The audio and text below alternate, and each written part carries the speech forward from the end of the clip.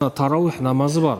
Рамазан айының ерекше бір құлшылық түрі қиямул лейл дейді. Қиямул лейл ол басқа күндерінде де түнгі намаз бар. Жауфул лейл түннің ортасында үштен бір бөлігінде нәпіл құлшылықтардың ұлығы бұл.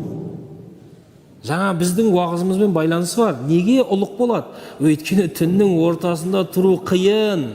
Қиындық артқан сайын сауап артады, дәреже артады. Бұл қиямул лейлге жатады тарауих намазы.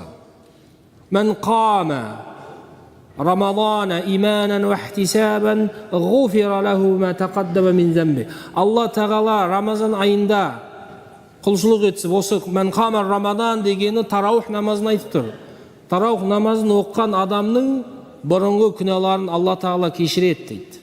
Қараңыздар, оразаңыз бір күнәңізді кешірсе, тарауих намазын оқу арқылы тағы сіздің күнә кемшілік қателіктеріңіз Алла тағала кешіреді екен. Бұл Алланың ғафур, саттар, афу, яғни есімдерінің көрінісі.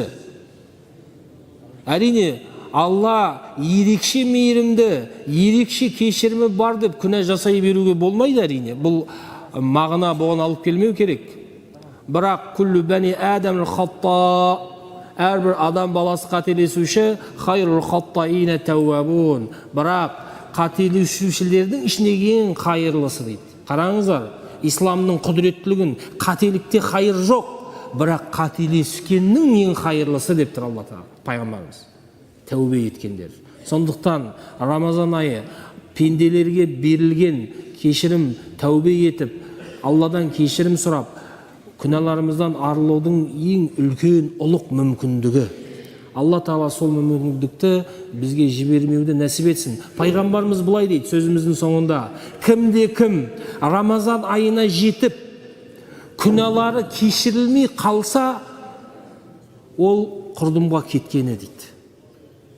Сондықтан бұл айда өте үлкен мүмкіндікті пайдаланып қалуды Алла баршамызға нәсіп етсін. Субханакаллахумма